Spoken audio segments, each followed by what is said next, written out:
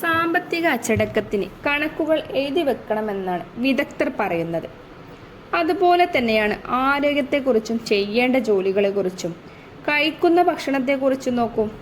നിങ്ങൾ എല്ലാ തരത്തിലും മികച്ച വ്യക്തിയിലേക്ക് പരിണമിക്കാനും ജീവിതം സ്വസ്ഥവും മെച്ചപ്പെട്ടതുമാക്കാനുമാണ് പരിശ്രമിക്കുന്നത്. അതിലേക്കുള്ള പടികൾ ആണ് ഇവ മൂന്നും. കാരണം ഇവ മൂന്നും തമ്മിലുള്ള സംയോജനം അഥവാ ഹാർമണി വളരെ പ്രധാനമാണ്. ആദ്യം തന്നെ സ്വന്തമായി ഒരു ബുക്കോ ഡയറിയോ എന്നും ഉപയോഗിക്കുന്ന മുറിയിലോ ബാഗിലോ സൂക്ഷിക്കുക. ഇത് നിങ്ങളുടെ ഡെയിലി ജേണലാണ്. ചെയ്യേണ്ട ജോലികളും ഉത്തരവാദിത്തങ്ങളും അതിൽ കുറിക്കുക. എല്ലാ ദിവസവും ഇത് പാലിക്കാൻ കഴിയണമെന്ന് നിർബന്ധമില്ല.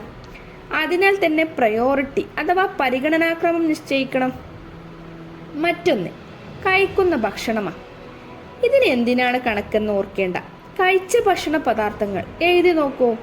ഒഴിവാക്കാമായിരുന്ന ആരോഗ്യകരമല്ലാത്തവ നിങ്ങൾ ഓരോ ദിവസവും കുറച്ചു നോക്കും. ജീവിതം മാറും. മറ്റൊന്ന് താങ്ക്സ് നോട്ടാണ്. ഓരോ ദിവസവും നിങ്ങളുടെ ജീവിതത്തിൽ സംഭവിക്കുന്ന കാര്യങ്ങൾ നന്ദിയോട് സ്മരിക്കാം. ഇത് നിങ്ങളെ ജീവിതത്തോട് പ്രണയമുള്ളവരാക്കും. അടുത്ത പോയിന്റുമായി മറ്റൊരു വീഡിയോയിൽ കാണുന്നതുവരെ ബൈ.